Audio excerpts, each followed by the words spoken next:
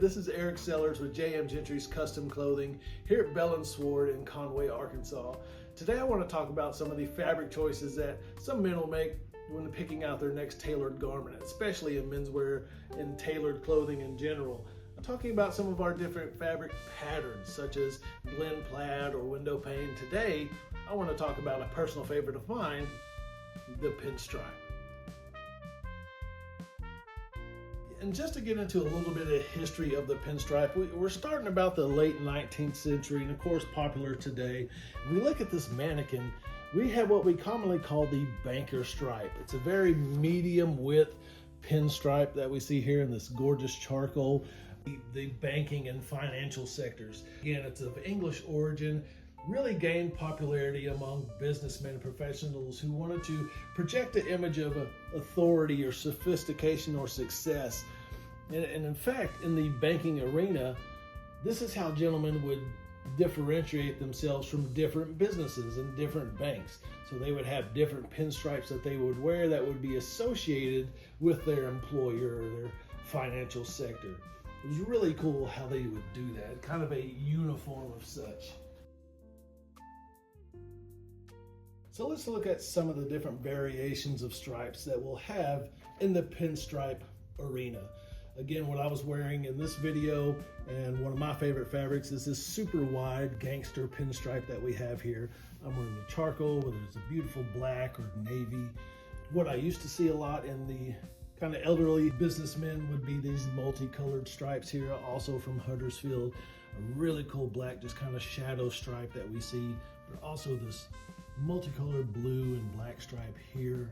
What we'll commonly see in our winter flannels will be what we call a chalk stripe, which really just looks like somebody took a piece of chalk and just ran it down this flannel fabric. The very variations that you'll see within the width, it doesn't look like a real sharp line, but just looks like a piece of chalk just went down the fabric. We'll commonly see that in the really classic flannels that we see. We'll have these tone on tone, so these herringbone fabrics, even though they are technically a stripe, you'll just have one line next to the other, but very, very subtle. Someone that just doesn't want a solid black or solid navy or solid charcoal, we'll go and get one of these herringbones and just give it a little bit of a variation in the stripe. Again, beautiful classics. This is what we call a rope stripe. If we can look, it just looks like a rope. That's how it's woven into the fabric, which is really cool. Again, a classic look. But we don't have to go with our basic charcoals and navies and grays and black, but a good pop of color. I love this cobalt blue here with a very light blue pinstripe, or this gray with a little light blue pinstripe in there as well. There's just no rules to this stuff.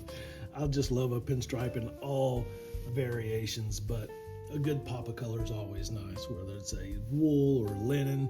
This seersucker here on the mannequin as well. Classic banker stripe, just bold enough, something different for the summertime. A seersucker fabric, again in a pinstripe. Just a really cool look. And then we have our boating stripes. So those are these really bold and casual, really sporty looking stripes, these real bold wide stripes that we see here. I actually have this one for myself. I absolutely love this fabric. It's really cool, especially in the double-breasted. Again, you'll start it off again in the boating sport, a uniform or jersey for the boater that would wear their school colors made in these big bold stripes. And as they were rowing, that's how you differentiate between the schools, which is really cool. Again, the pinstripe is so popular, especially early Americana, the 1920s through the 50s, the official uniform of the Prohibition area. Very popular with film stars and musicians. Of course, the gangsters such as Al Capone and all those other guys would wear a really good bold pinstripe. But again, just to show that sophistication, that authority, or that success that you want to really portray or put out there to the world to see.